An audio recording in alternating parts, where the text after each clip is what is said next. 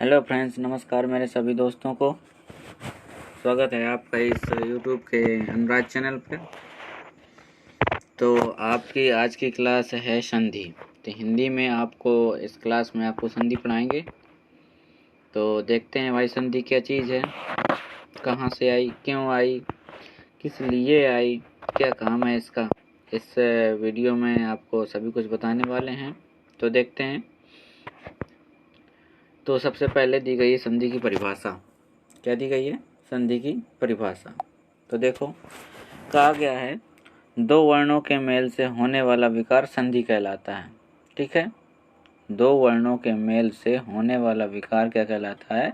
संधि कहलाता है। यहाँ पर क्या लिखा है? वर्णों, यानी संधि किस पे होती है? वर्णों में संधि होती है। ठीक है, किसमें? वर्णों में, यानी अक्षरों में संधि होती है। किसमें? अक्षरों में संधि हुआ करती है। ठीक, शब्दों में कभी संधि नहीं होती है। ठीक है ना, किसमें होगी? अक्षरों में संधि होगी। अब देखो, कह रहा संधि क्यों आई। संधि क्यों आई भाई? क्या काम था इस संधि का? संधि क्यों लाई गई इस संसार में? तो देखो, नए शब्दों के निर्माण के लिए, यानी संधि जब आई तो क्या हुआ कि नए शब्दों का निर्माण हुआ। संक्षिप्त करने के लिए आपने संस्कृत में देखा होगा कि बड़े बड़े वर्ड लिखे होते, बड़े बड़े शब्द लिखे होते हैं ना। तो क्या किया संधि ने कि संधि में जब संधि विच्छेद होती है तो संधि छोटे छोटे वर्डों में डिवाइड करके पढ़ी जाती है। ठीक है, संस्कृत में जब बड़े बड़े वर्ड होते हैं तो उसे छोटे छोटे वर्डों में क्या कर दिया जाता है? डिवाइड कर दिया जाता है, बांट दिया जाता है और फिर उसे पढ़ा जाता है। ठीक, शब्दों के अर्थों को बताने के लिए जब छोटे छोटे शब्द हो जाते हैं तो उनका हम अर्थ भी आसानी से निकाल लेते हैं। ठीक, इसलिए हमारी क्या आई? संधि आई। अब देखो कहाँ पर आई। तो हमने अभी पहले बताया था कि संधि कहाँ पर आई है? अक्षरों में आई है, यानी वर्णों में आई है। कहाँ पर? वर्णों में आई है संधि। ठीक है, यानी अक्षरों यानी वर्णों में। ठीक है, आगे देखो, संधि के प्रकार। संधि कितनी प्रकार की होती है? तो संधि 3 प्रकार की होती है। पहला है स्वर संधि, दूसरा है व्यंजन संधि, तीसरा है विसर्ग संधि। ठीक है, इन 3 संधियों के अलावा आपको हिंदी में और कोई संधि देखने को नहीं मिलेगी। ठीक है, क्या नहीं मिलेगा? इन 3 संधियों के अलावा आपको हिंदी में संधि देखने को नहीं मिलेगी। ठीक है, तो कौन सी है? स्वर संधि, व्यंजन संधि और विसर्ग संधि। ठीक, अब देखो क्या कहा गया है कि प्रत्येक शब्द में संधि नहीं होती है। ये वर्ड, ये लाइन जो आपकी, ये सबसे ज़्यादा इम्पोर्टेंट है कि प्रत्येक शब्द में संधि नहीं होती। संधि नहीं होती। ठीक है, संधि सार्थक शब्दों के साथ होती है। सार्थक का मतलब होता है जिस शब्द का अर्थ निकलेगा संधि उसी शब्द की होगी। ठीक है, संधि के केवल 4 स्थान होते हैं। कितने होते हैं? 4 स्थान, वो ये बताए गए हैं 4 स्थान। ठीक है, कहा गया है कि सार्थक शब्द मिलकर के संधि बनाएंगे। सार्थक का मतलब होता है जिसका अर्थ निकले। ठीक है, जैसे कहा गया है विद्या यानी ज्ञान, आलय यानी घर, विद्यालय। ठीक, यानी विद्या और आलय को मिला दिया जाए तो विद्यालय बनेगा। विद्या का अर्थ होता है ज्ञान और आलय का अर्थ होता है घर। ठीक, यानी जहाँ पर ज्ञान प्राप्त किया जाता है उसे बोला जाता है विद्यालय। तो इसमें क्या होता है कि इसका भी अर्थ निकलेगा और इसका भी अर्थ निकलेगा, तो क्या हो गए? दोनों सार्थक शब्द हो गए।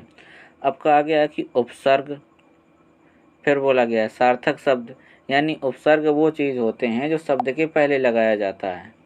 क्या किया जाता है?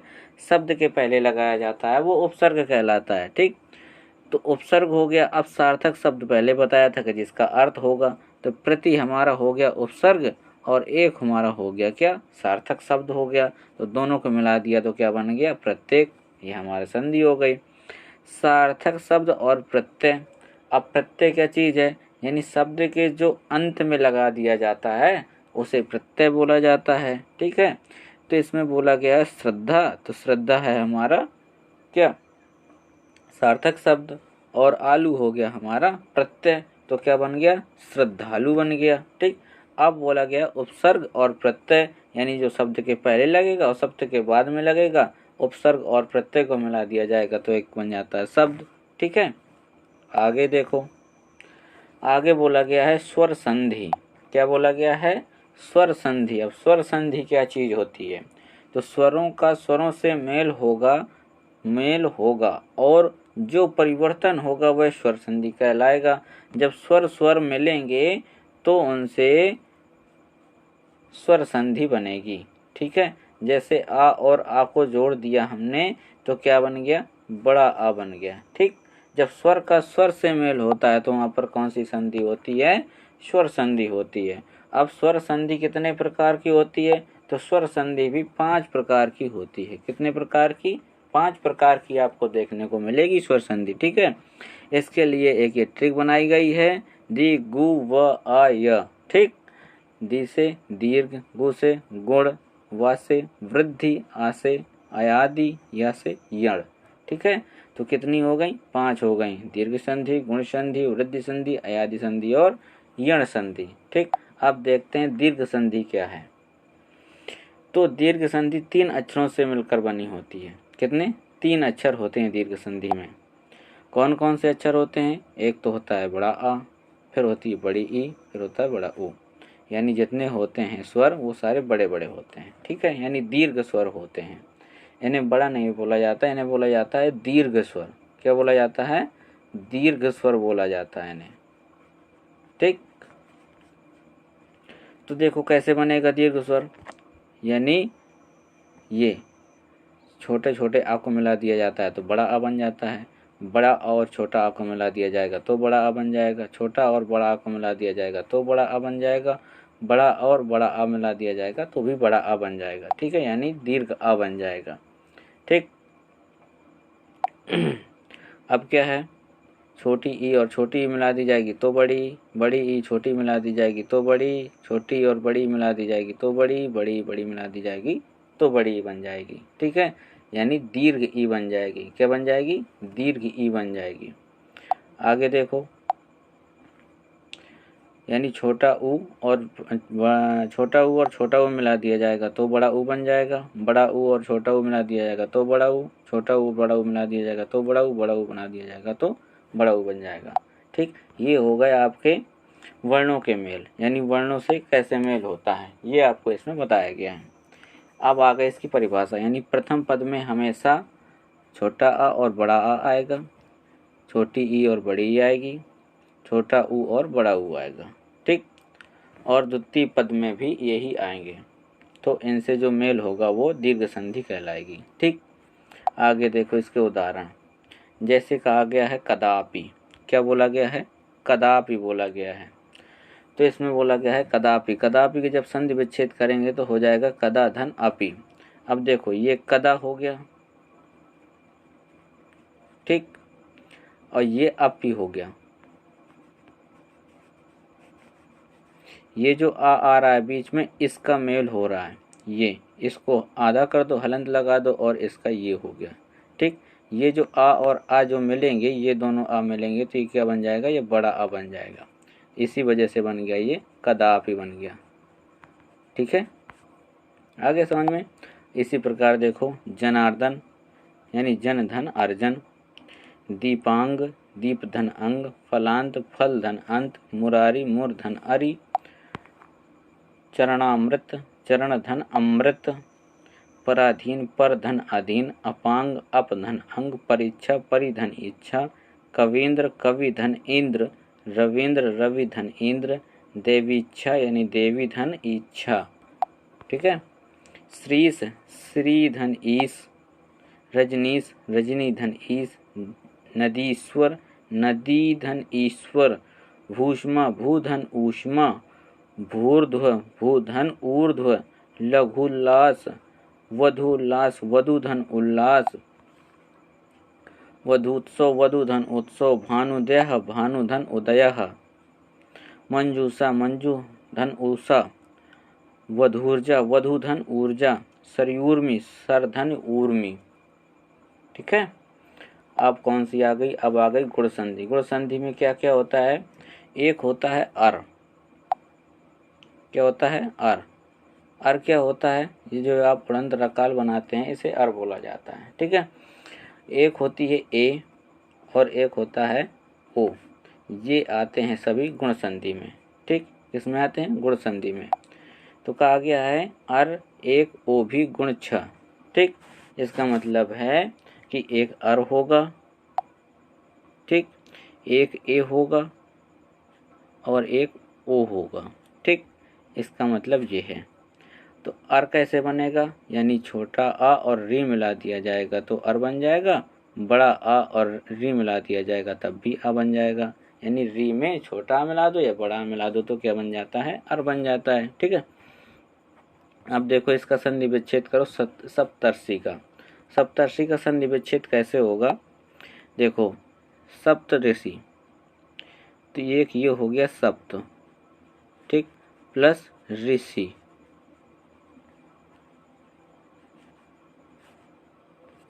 ठीक। अब देखो क्या हो गया, यदि इसको हम आधा कर दें तो इसके साथ आ जाएगा छोटा वाला, ठीक। तो आ और री मिल करके क्या बनेगा, अर बन जाएगा, ठीक। तो इसी प्रकार यदि इसको अलग अलग किया जाता है तो तुरंत समझ में आ जाता है कि इसमें कौन सी संधि है। ठीक है, इसी प्रकार देखो ए कैसे बना, यानी छोटा आ और ई को मिला दिया गया तो ए बन गया, बड़ा आ और ई को मिला दिया जाएगा तब भी ए बन जाएगा, छोटा आ और बड़ी ई को मिला दिया जाएगा तब भी बन जाएगा, और बड़ा और बड़ी ई को मिला दिया जाएगा तब भी ए बनेगा। ठीक, इसका एग्जाम्पल है बाल धन इंदु बालेंदु। ठीक, अब देखो आगे, छोटा आ और ऊ को मिला दिया जाएगा तो ऊ बन जाएगा, ठीक। छोटा आ और ऊ को मिला दिया जाएगा तो ओ बन जाएगा, बड़ा आ और ऊ को मिला दिया जाएगा तो भी ओ बनेगा, छोटा आ और बड़ा ऊ मिला दिया जाएगा तब भी ओ बनेगा, बड़ा आ और बड़ा ऊ मिला दिया जाएगा तब भी ओ बनेगा। इसका एग्जाम्पल हो गया महा धन उदय महोदय। ठीक है, यानी ये जो ह बना है, ह के साथ डंडा लगा है, ये बड़ा आ है और ऊ है तो क्या बन गया, ओ बन गया। ठीक है, आगे देखो उदाहरण देखो इसके, क्या बोला गया है, नरेंद्र। नरेंद्र का क्या हो जाएगा, नर धन इंद्र।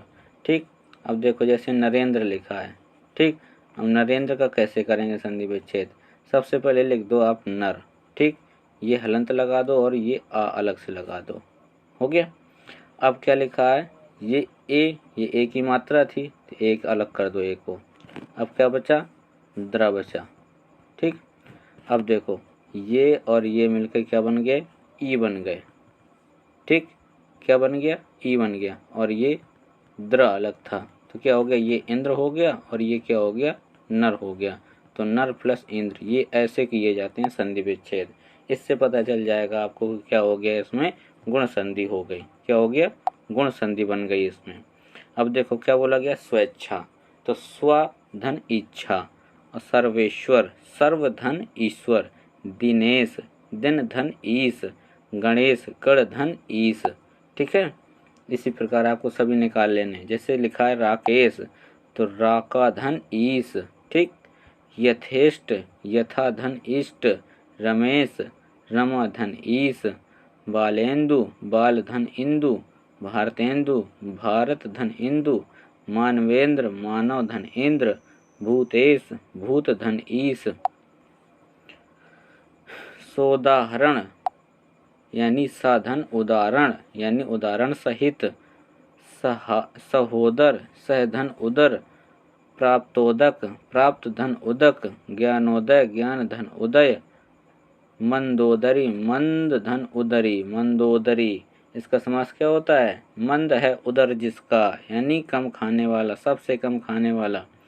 देवर्षि देवधन ऋषि, महर्षि महाधन ऋण, महर्ण महाधन ऋण, सप्तर्षि सप्तधन ऋषि, वर्षर्तु वर्षा धन ऋतु। ठीक, आगे देखो देववर्ण देवधन ऋण, क्या हो गया, देववर्ण का देवधन ऋण। अब देखो आ गई वृद्धि संधि, तो वृद्धि संधि को कैसे पहचानोगे आप, वृद्धि संधि में आते हैं, एक आता है औ और एक आता है ऐ। ठीक है, तो एक ये फॉर्मूला बनाया गया है कि एक वृद्ध औरत ऐनक लगाती है। ठीक, एक वृद्ध औरत ऐनक लगाती है, तो औरत में क्या आया, औ आया, ऐनक में क्या आया, ऐ आया, और वृद्ध में क्या आया, वृद्ध से हो गई वृद्धि संधि। ठीक है। आगे देखो, अब वृद्धि संधि किन किन वर्णों में होती है वो देख लो। तो क्या हुआ कि एक आ है छोटा और एक ओ है, इन दोनों को मिला दिया जाता है तो औ बन जाता है। ठीक है, एक बड़ा आ और ओ को मिला दिया जाएगा तब भी औ बनेगा, छोटा आ और औ को मिला दिया जाएगा तब भी औ बनेगा, बड़ा आ और औ को मिला दिया जाएगा तब भी औ बनेगा। ठीक है, देखो बोला गया है वनौषधि यानी वन धन औषधि। ये देखो, इसमें आ है छोटा आ और इसमें क्या है औ है, इन दोनों को मिला दिया गया है तब भी क्या बन गया है, औ बन गया है। ठीक, जैसे आ और ए को मिला दिया जाएगा तो अय बन जाएगा, आ और ए को मिला दिया जाएगा तो अय बन जाएगा, आ और अय को मिला दिया जाएगा तब भी अय अय बनेगा, आ और अय को मिला दिया जाएगा तब भी अय बनेगा। ठीक है, ये वर्ण हो गए। अब इनसे देखो उदाहरण, यानी उदाहरण कैसे बनेंगे। बोला गया है शुभैसी, तो इसको ध्यान से देखना। क्या बोला गया है, शुभैसी, यानी शुभैसी कैसे बनेगा। तो शुभैसी को देख लो, एग्जाम्पल में लिखा गया शुभैसी, तो सबसे पहले आप लिख लो शुभ। ठीक, शुभ लिख लिया, शुभ में लगा दो हलंत और इसका आ अलग कर दो। ठीक, अब क्या बना, बचा ये आय बचा, तो इसको आय को अलग कर दो, कर दिया। अब क्या बचा, भसी बचा, तो भसी को अलग कर दो। सॉरी, ये दूसरा उदाहरण है। क्या बचा, सी बचा, तो सी को अलग कर दो। अब देखो, ये शुभ तो अलग हो गया, तो शुभ अलग हो गया और आ और ए मिलके क्या बना, ए बना, और ये सी हो गया। ठीक, तो क्या बना, शुभ धन एसी, ये बन गया आपका शुभ धन एसी। इसी प्रकार हितैषी हित धन एसी, प्रियेसी प्रिय धन एसी, सदैव सदा धन एव, तथैव तथा धन एव, एक एक धन एक। ठीक है, आगे देखो,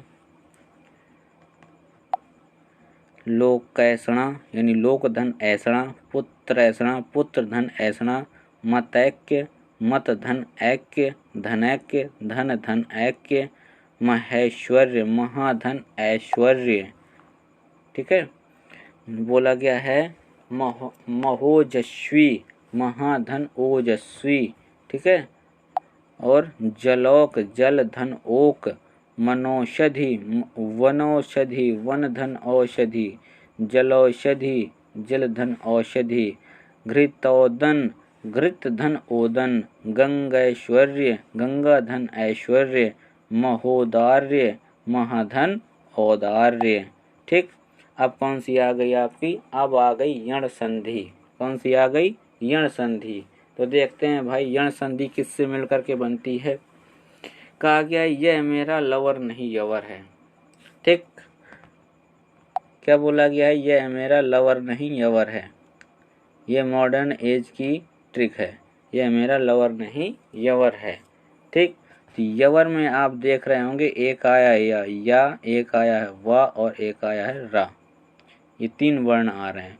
तो या कैसे बनेगा, वा कैसे बनेगा और रा कैसे बनेगा।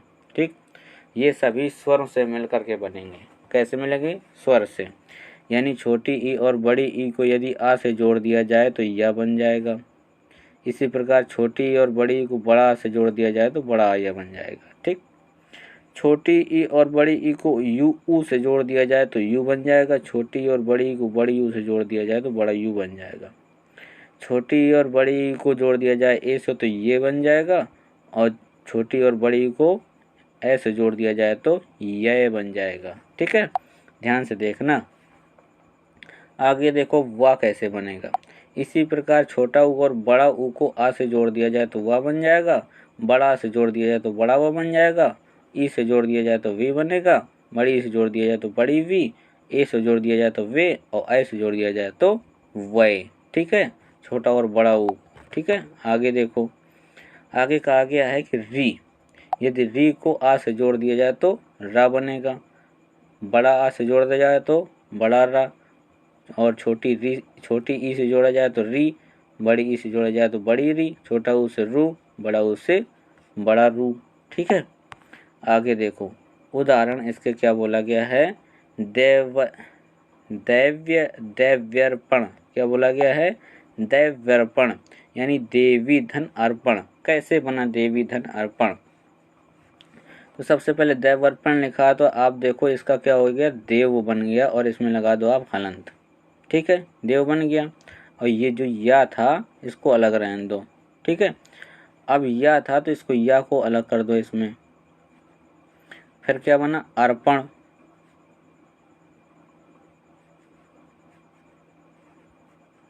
अर्पण। ठीक है, अर्पण। जो या और आ ये क्या बनाता है, ये बना देता है, तो इसकी वजह से ये देवी बना। ठीक है,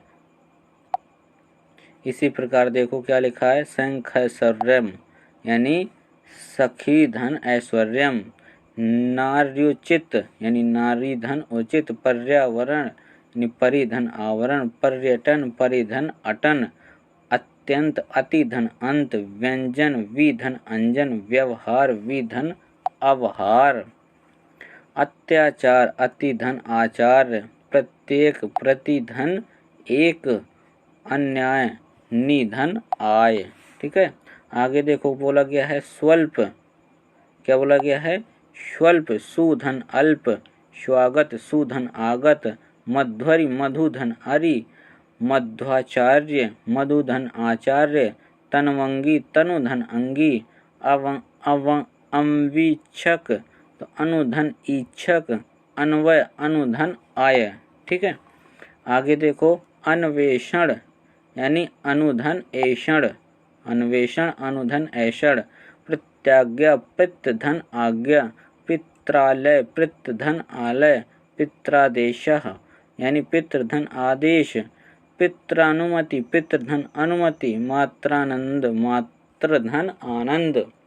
अब देखो इसका नोट क्या है भाई, सबसे ज़्यादा आधे अक्षरों का प्रयोग किसमें किया जाता है, यण संधि में किया जाता है। किसमें किया जाता है, यण संधि में सबसे ज़्यादा आधे अक्षरों का प्रयोग किया जाता है। ठीक है, तो आज के इस वीडियो में इतना ही। बाकी जो अगला आगे जो संधि हैं उसको आगे पढ़ाया जाएगा। अब आ गई है आपकी अयादि संधि, तो अयादि संधि को अब अगले वीडियो में आप देखेंगे। यदि आपको वीडियो पसंद आया हो तो वीडियो को लाइक करिए, सब्सक्राइब करिए और शेयर करिए। ठीक है, और यदि कुछ कमी आ रही हो, आपको समझ में नहीं आ रहा हो, तो आप कमेंट बॉक्स में कमेंट करिए, हम आपके कमेंट का जवाब देंगे। धन्यवाद।